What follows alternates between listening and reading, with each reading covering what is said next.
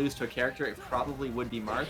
That being said, you know, when you hate a character, you usually practice a lot against them. So I'm sure we're going to see that matchup experience play a big role here. And I don't want to say Cody's already got those pre-Johns built in, but when he was messaging me about competing in the venue, he was like, oh, I'm a little rusty. I don't know how well I'm going to do. So he does have that to lean on, but so far it really has not looked too bad in any of his matches. He's been having a pretty strong lead in all of them so far. Yeah, and I think that's to be expected, just given his kind of position above the rest of the field. But this is the kind of matchup where if you're going to see rustiness, like, this is where you're going to get punished. Like pretty much every Marth knows how to effectively kill Fox if Fox kind of overcommits, you know, miss spaces or miss times an aerial, gets an easy shield grab, that kind of thing. However, if you're playing a player like iBDW, you might not go for those options because you respect him like too much, and you might not even punish the rust that's kind of built up. So great forward smash, kind of a God, my dolphin crashed. Your dolphin crashed? Yeah, no, you can let him keep going. I'll figure it. You keep on telling them what's going on in the game. Okay, so right now it's I'm going to be doing radio commentary as opposed to visual commentary. So, you know, it's Cody's up a clean stock, or not a clean stock. He's up a stock. He's hanging on to the percent, and he's just trying to get as much as he can.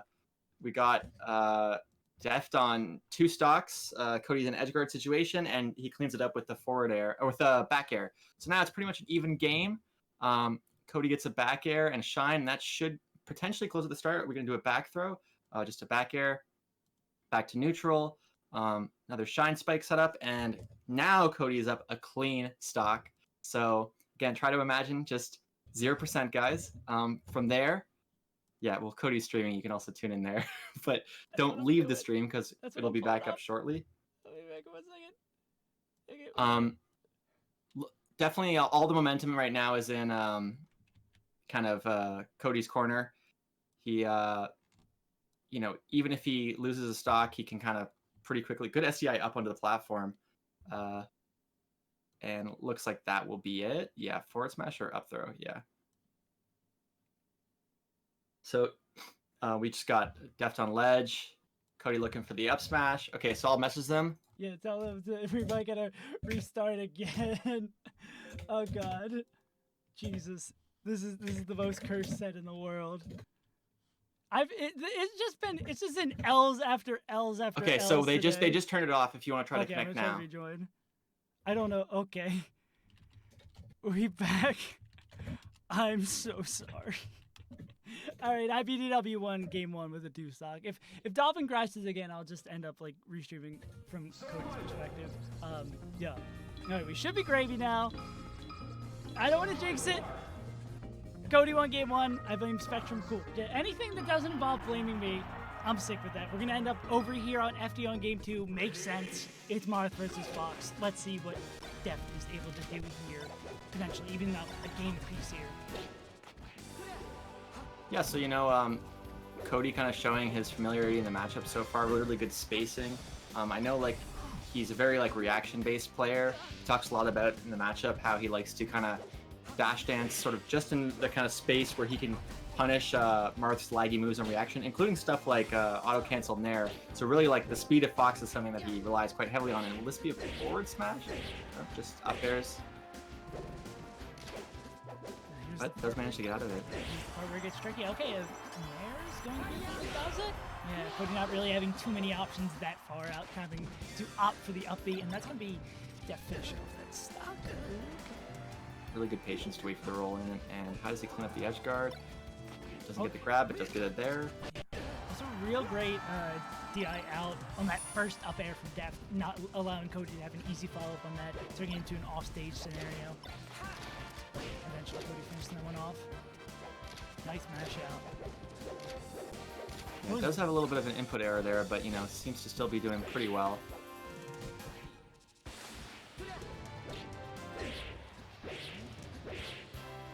Again, it does look like Cody's trying to SDI up to get out of these, but it's not really doing much because it is FD. It seems like so far, especially here on FD, the issue hasn't been Deft getting these combos together and putting it together. It's really just finishing these ones off, which I guess is, again, the big plight of Marth. But it looks like he puts him in another scenario where all he can do is up B, and that's going to be Get another stop for Deft, but still here on the back foot, even on his counter pick. Good buffer spot dodge. Oh, that movement. Just barely spacing around him and gets the dash dance grab. Really, really impressive. And it might have something to do with the connection. Of the sets I've seen from iBDW today, this is definitely the smoothest he's looked. Or maybe it's also could be him rising to the occasion in a single hit fair, trying to get a Moki clip out here. But it might also be like Cody rising to the occasion or realizing, hey, it's winners finals time. If I'd been saving something in the tank for later in this tournament, now's the time to let it out. And it looked like actually that SDI up actually paid off. I don't think he got the forward smash there because Cody's been SDIing up so aggressively on the up airs, just to make it a bit harder for things like forward smash to connect. So really good defensive play, and yeah, that will be the stock. So will it be a 3-0 or will Deft kind of pull it together? I think he'll go back to FD, I would imagine. Yeah. It's looking real good for Cody. All of those people doom and gloom me like, oh, Cody's just gonna easily win this tournament. They always had something to what they were saying, but especially now after how strong these first two games have been. Interesting choice to not go to FD. I don't feel like it was FD really hurting him. Like, you know, the stuff that Cody was doing to get out of the combos, like he wasn't even opting for like typical FD combos versus Marth. Like he was kind of going for things like back air kind of early because he was like really respecting the SDI on up air. So I don't totally agree with the decision, but we'll see how it plays out. Back to the spice again. There's no problem getting here, but finishing this off is going to be Cody first here in this game 3. I do, like you're saying, definitely agree with that sentiment that I don't think it was FD that lost him that game. It's like iBDW outplaying him. Yeah, and like, you know, FD is one of those things, you know, Blur used to talk about this for literally years because it's Blur, about how like, you know, we're past the point where you can kind of afford to just not be an FD Marth. Yeah. You know, like FD objectively is an amazing stage and really kind of bullies Fox in a way that no other stage does.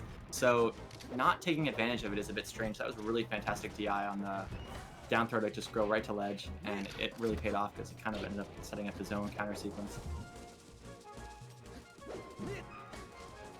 Dancing in neutral lane to figure each other out. Def not quite ready to punish that miss grab. Okay. I don't think we're going to see. Oh, no. I was going to say, I don't think we're going to see Deft have any problem get Cody up to this kill percent. Yeah, but seeing some uncharacteristic combo drops here that turn into more combos, I guess.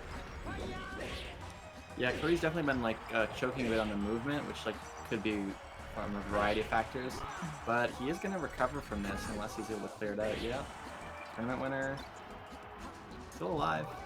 Here we go. It's the same old story. Okay, no, Deft able to finish that one off first, but it really feels like the same old story. Cody almost surviving the 200% here. Deft just not being able to finish that one out, and a Marth kill is going to even it up, 2 apiece. Damn.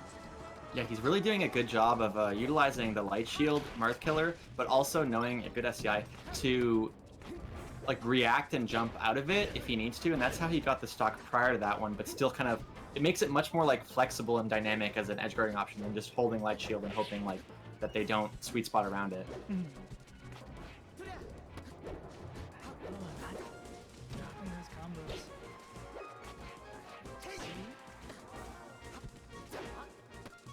Right, where we're seeing in Deft's earlier sets, we saw a lot of these weird options paying off for him, and we're seeing that up smash not pay off too much, but still help continue a combo that previously wouldn't have been there.